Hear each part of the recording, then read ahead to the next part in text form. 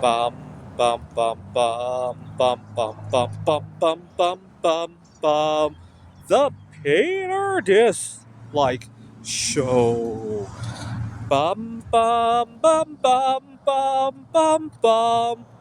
When I was 3 years old, one of my favorite video game systems was a calculator, believe it or not. This was late 1980s, early 1990s, before the days of smartphones, even before the days of a lot of handheld video games. I think they existed, but they were expensive, and you had to buy cartridges, and not exactly a convenient thing to have around. They were heavy as well, unlike our phones, which could have infinitely many games, and the games come very cheaply.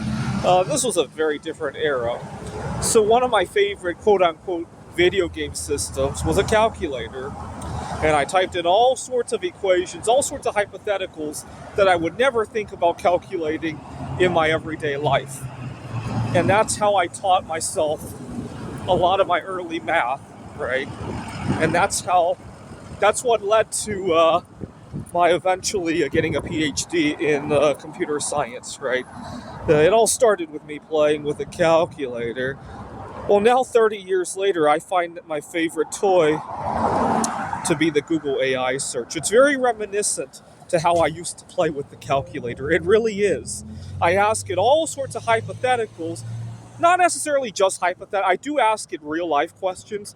What I really like to do, and unfortunately we don't have a time machine along with the Google AI, is to ask it questions I wish I could have asked 20, 30 years ago. So for example, when I was grappling with high school bullying, what I might have been able to do back then, or yesterday I found myself asking about toxicity that I may have missed at the last couple of houses that I lived in, and I got some very insightful suggestions. I also learned a lot of concepts.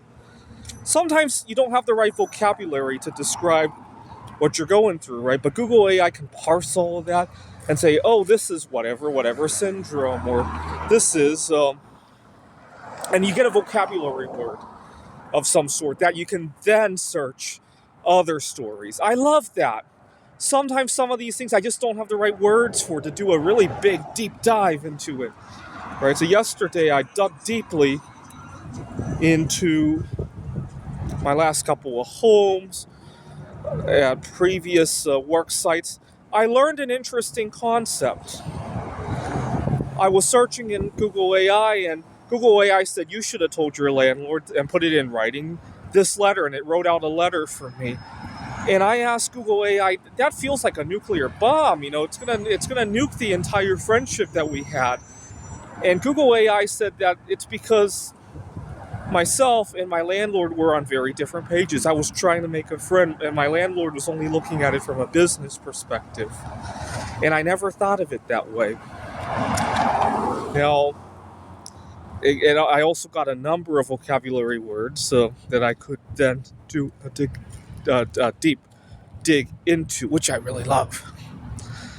Other times I just indulge in fantasies, right? So, for example, a couple months ago, I had a dream that I'm a big fan of Polish idol Ewelina Falenta. I had a dream that I had gotten her pregnant with 10 babies at one time, and I indulged in that by searching on Google AI. What would happen if I really went to visit Ewelina Falenta, had gotten her pregnant with 10 babies? And we had a lot of hypotheticals, and obviously the odds of that happening are pretty low, right? I probably have a better chance of all of my bismuth becoming gold before I ever have any sort of relationship with Ewelina Falenta, let alone get her pregnant with 10 babies, right? But it's a nice way to indulge in that.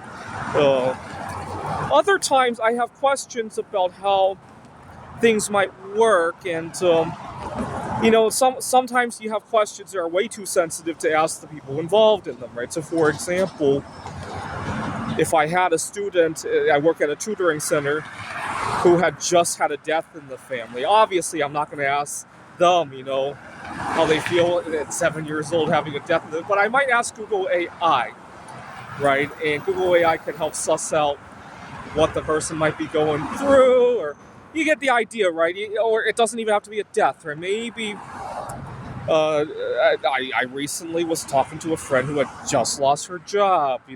What things should I watch out for, right? When talking to her about it, or how should I even talk to her about it, right? Now, another friend of mine had recently visited Disneyland, and it inspired a few Lego builds of mine. I built a model, I think it was about 50-to-1 model of the sailing ship Columbia, and then I learned that the sailing ship Columbia was involved in one of the few fatalities at Disneyland. I think there's only been 3 or 4 deaths that weren't the fault of the guests there. Usually a death at Disneyland is caused by the guests themselves, right? They trespassed where they shouldn't have gone. They stood up on a ride where they shouldn't have done that. But the sailing ship Columbia was one of the few that had been involved in a death. It was Christmas Eve, 1998, and so there had been a lot of cost-saving budget cuts. They had eliminated a lot of positions, and the person handling the ride wasn't well trained, and had tried to dock the ship while it was still moving, and it caused one of the cleats on the ship to fly off into the crowd and killed a father of 2, it sounds like.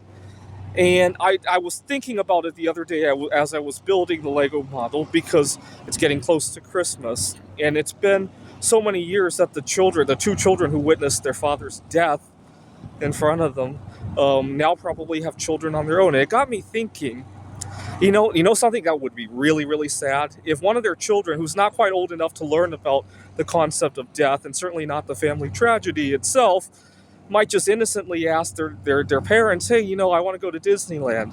Yeah, I can only imagine how that moment would feel like for the parents, right, who were children when they witnessed the tragedy. And so I asked Google AI about all of this, and I asked Google AI more generally, because I don't have children of my own, how do I tell my children about the death of my parents or my grandparents, right, or the concept of death itself, right? And Google AI spit out some ways to talk about children at different age levels. And it just kind of reminds me, as a kid, I used to love to play with the calculator.